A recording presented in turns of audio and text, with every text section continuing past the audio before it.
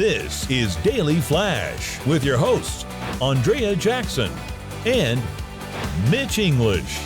Trending news and entertainment. This is Daily Flash. Hi, everyone. I'm Mitch English. I'm Andrea Jackson. This is Daily Flash. Today's trends, tomorrow's talk. Thank you so much for joining us. We have James Alexander working the floor, as well as Matt Doolittle will be checking in. But we need everybody at home to check in on our website, dailyflashshow.com. Please. We are up for a Telly Award. Woo. And if Look at there us. you go. Hey, listen, by the way, this is all our social medias that you could check out. But we want you to go to our website, because if you go there, you'll see a little banner at the very top that says, go here and vote for us. It's for the People's Choice Awards, for the Telly Awards, and it goes by voting from the people. So we need your help and be able to do that. The address where it goes on your screen, but we'll also put a link on our website as well, dailyflashshow.com. And there you can find it, like I said, very top of the page. Put it in there, and you can do this all the way until the 18th of April. So you got a few more days. Yeah, 4 days to 4 be more days exact, left from today. So help us out, won't you? Help a show like us. We would love that.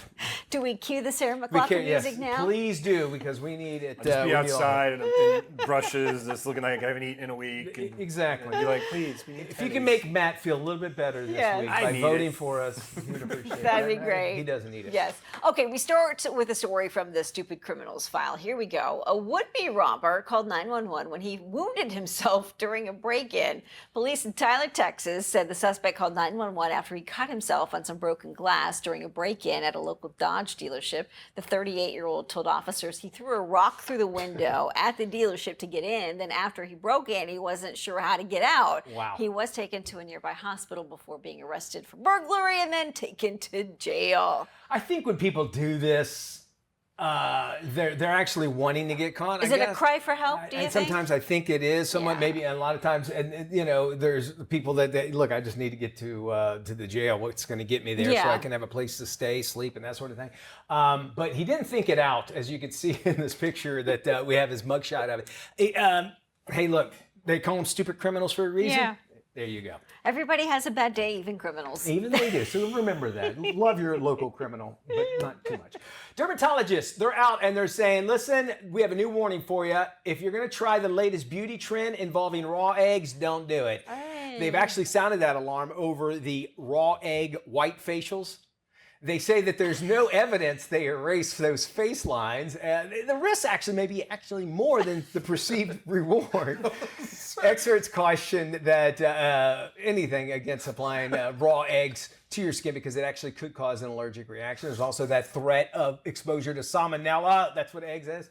And skin irritation. How would you like to be a chicken? Hey, look, I made it. I'm going to be a chicken. No, you're going to wind up on some wrinkly old face. It can't be good for your eyes either.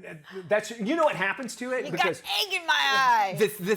This was actually big. I remember back in the 80s. And so you put it on and it cakes up. Yeah. And you kind And of can peel it and off. it gets real tight. And Yes. it's supposed to push everything Yeah. together. It doesn't work, folks. But if you want to try it, you're an idiot, but go ahead and try it.